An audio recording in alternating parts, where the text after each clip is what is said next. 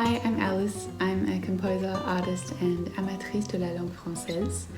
I moved from Sydney to Paris about a month ago and haven't documented all that much in the last month because it's been quite a lot, but things are really starting to settle and become super lovely now. I'm having a great day today. I've just been doing some work this morning. I'm going to send off this piece and then we might go out and get a baguette. We'll see how we go.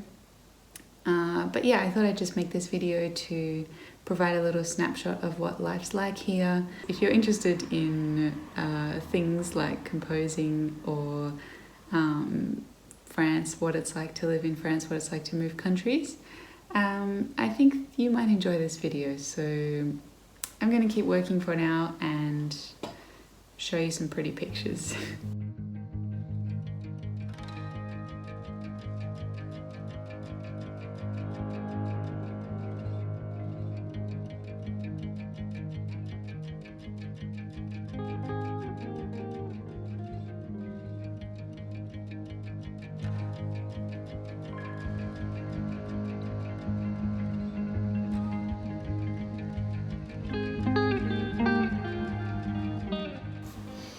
Okay, so it's about midday and it's coming up to a part of the day that I kind of dread.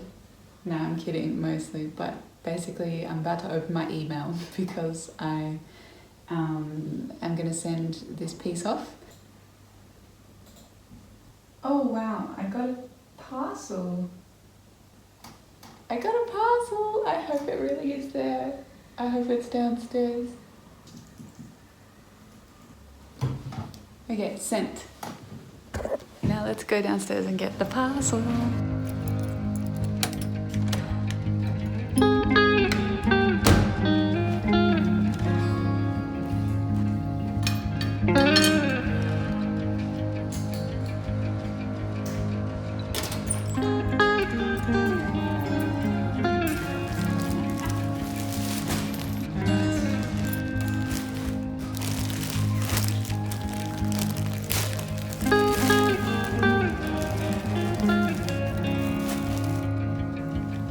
So ever since we got here, it's been getting further and further into autumn and I've been starting to get a little bit cold, and so I made this order from Uniqlo to just get some warm stuff. So I got a fleecy jumper for at home, a big coat for outside, and then 2 thermal layers. Incidentally, it was so hard to bring myself to buy them. Like, I had enough money to buy them and I just felt like so guilty.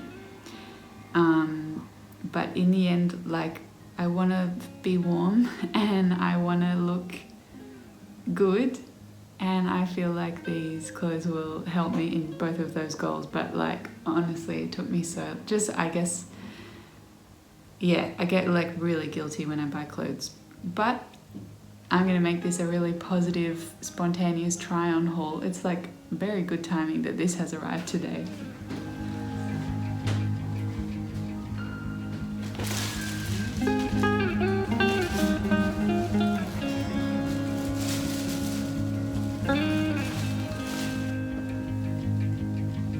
Oh my god! Oh, it's so soft!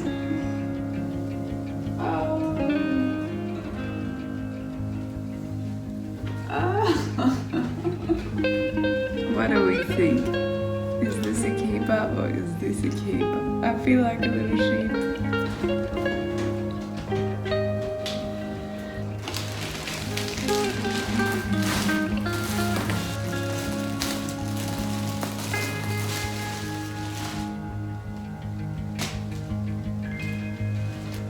Oh, yes! Oh my god, it's made of wool. It's already so warm. Oh my god! It's exactly what I wanted. Okay, I'm very happy with my new winter coat. What I propose now is that we head out and get a baguette and maybe some other things for lunch. and then I'll come back, have some lunch, and then talk a little bit about what it's like to move to and live in la France. On y va!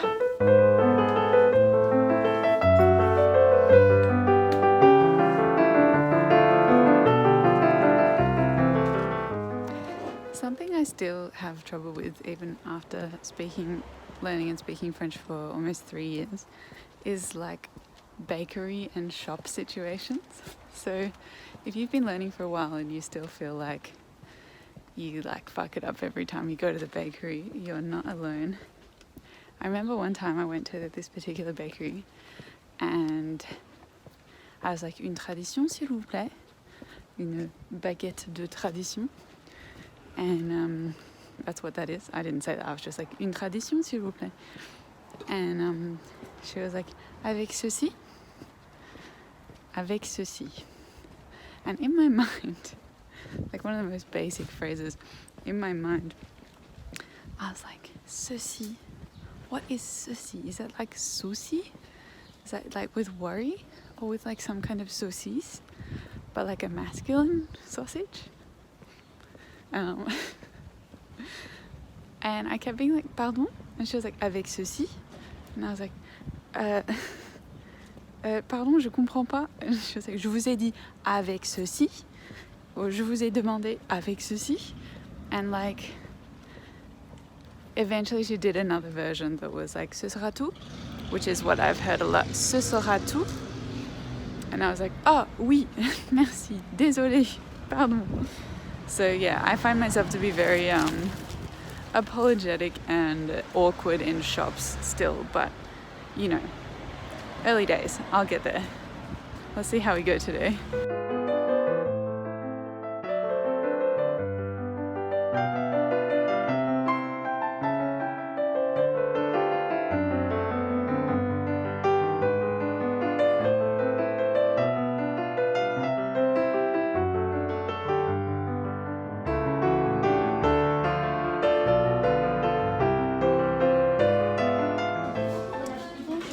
Je prends une tradition et un pain au chocolat, s'il vous plaît.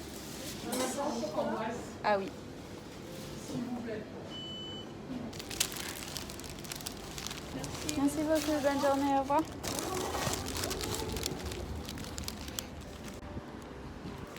Success! One of my least awkward bakery experiences, I would say.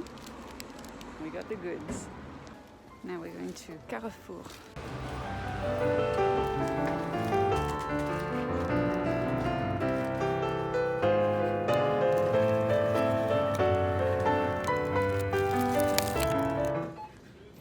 €8 s'il vous plaît. Merci, par carte s'il vous plaît. Merci beaucoup, bonne journée. Au revoir. Alright, I've got everything I need. Time to head home, make a salad and a cup of tea. Oh, look at the beautiful houses behind me. It's like fairy tale street.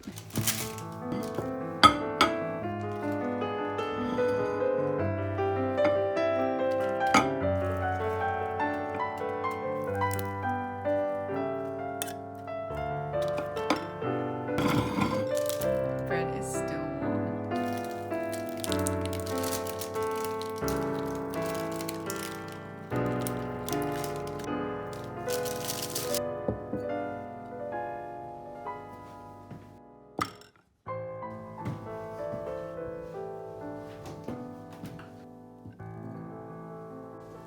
Okay, I'm about to have this delicious lunch.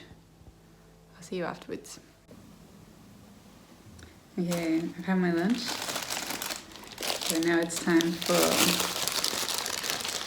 mon petit pain au chocolat que je me suis acheté à la boulangerie.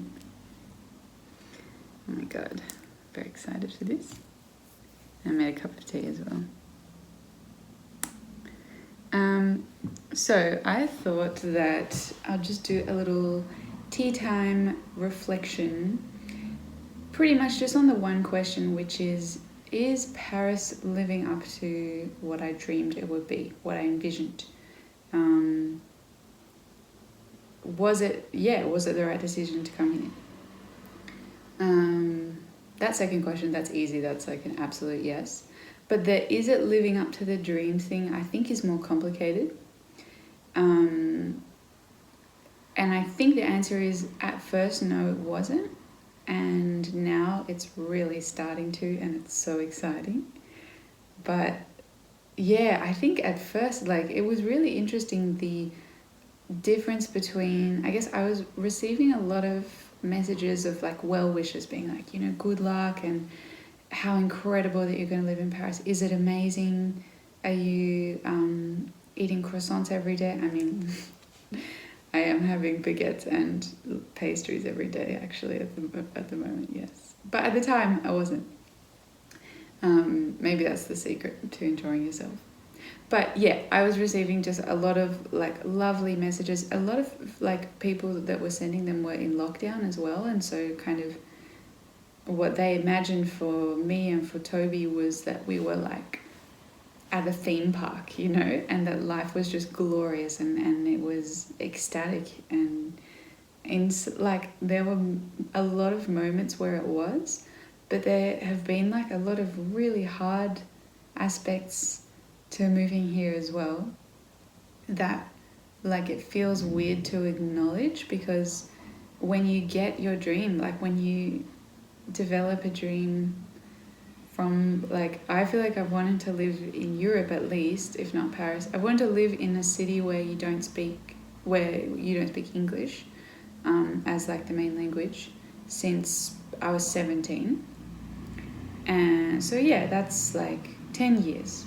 So you get to like live your dream that you've had for 10 years that you thought you weren't going to get to do because of COVID, and you get to do it with your partner. Like, it is on paper a joyous miracle, and then in real life it has joyous, miraculous moments, but it's just like has been very challenging as well.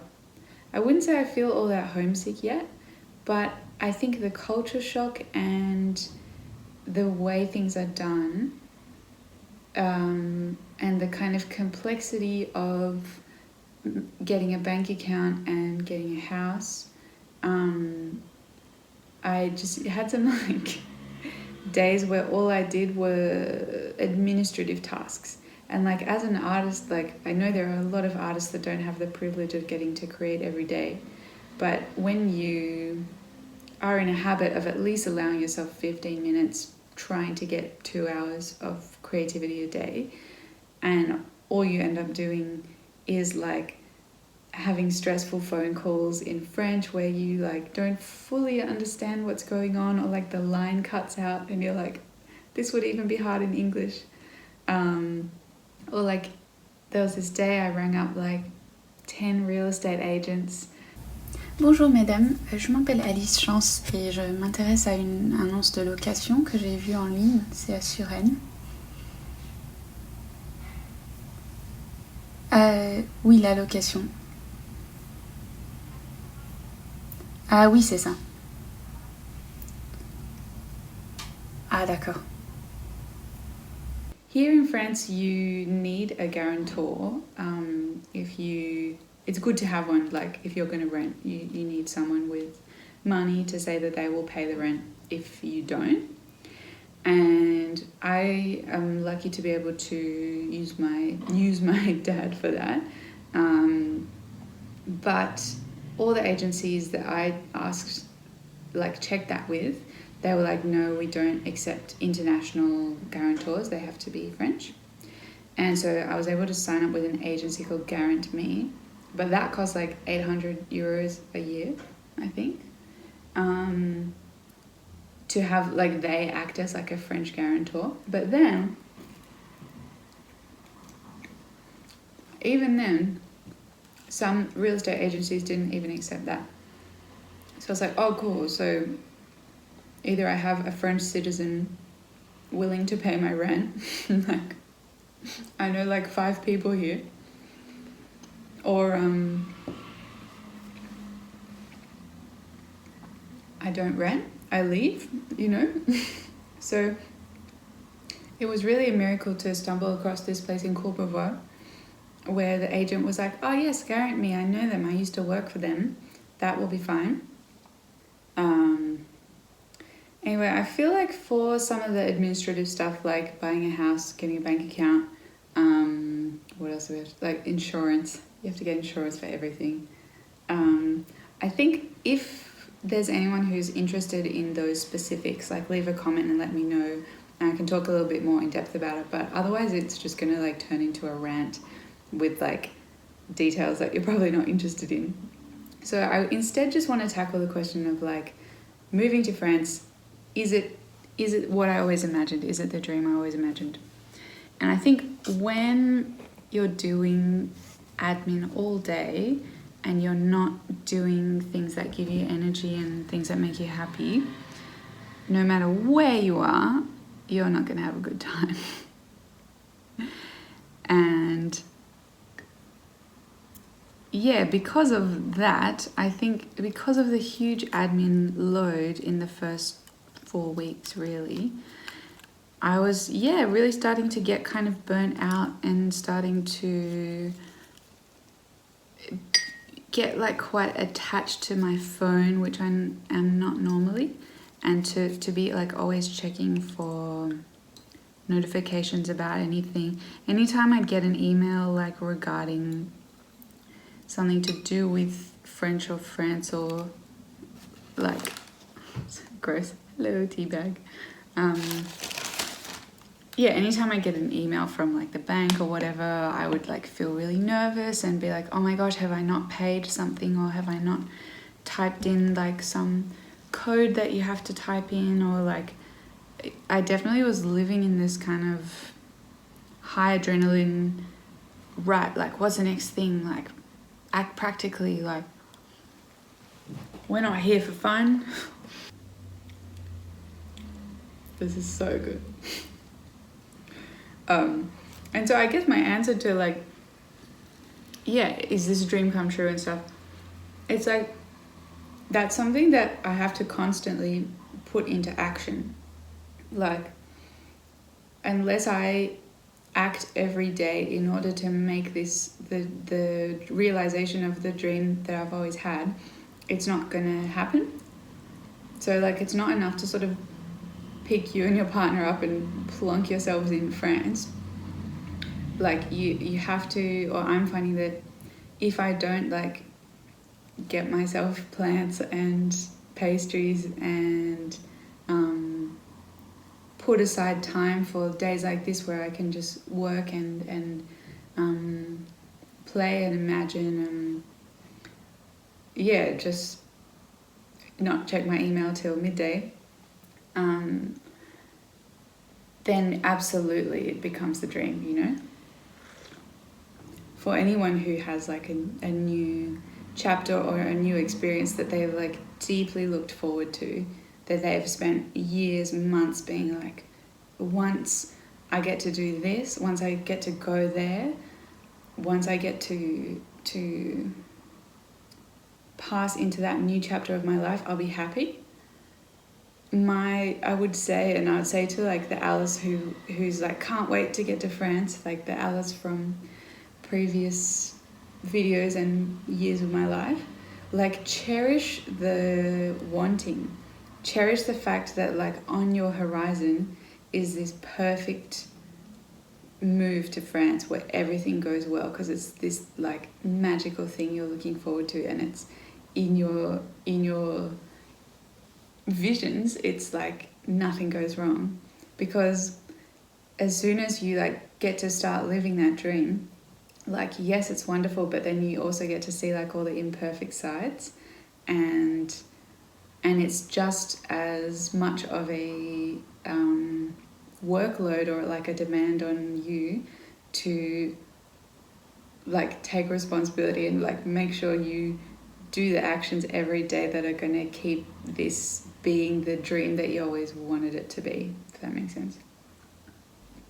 Okay, I think that's enough tea time rambling. I'm going to do more work this afternoon, and then later on, probably around sunset, I'm going to go for a walk on l'Île de la Jette, So I'll see you a little bit later for our sunset walk, or I'll see you immediately, I guess, in video time. Okay, wow, this is a very beautiful park and a very beautiful time of day. I feel so lucky to live so close to here. I think it's about time for me to start filming the water and the leaves. So before I leave you with that montage, I just want to say thanks so much for tuning into this vlog and for following what I do, if you do, or if you've just stumbled upon this video, thanks for making it this far. And let me know any questions about living in France or being a composer or anything else that you like, and otherwise I'll see you next time.